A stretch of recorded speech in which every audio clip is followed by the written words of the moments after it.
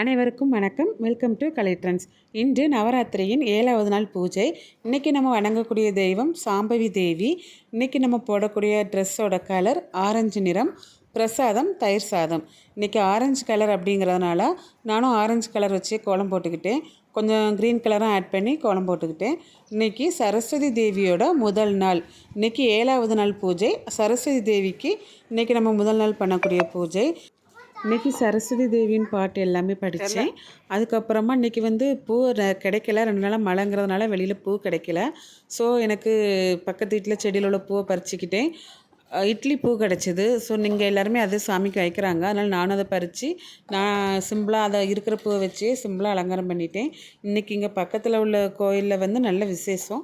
அதனால் நான் அங்கே போக வேண்டியிருந்ததுனால நான் வீட்டில் சிம்பிளாக பூஜையை முடிச்சுக்கிட்டேன். தயிர் சாதம் பண்ணி ரொம்பவே சிம்பிளாக பூஜையை முடித்தேன். ஆனால் பாட்டு சரஸ்வதி தேவிக்குள்ளே எல்லா பாட்டையும் படித்து பூஜையை முடிச்சுக்கிட்டேன்.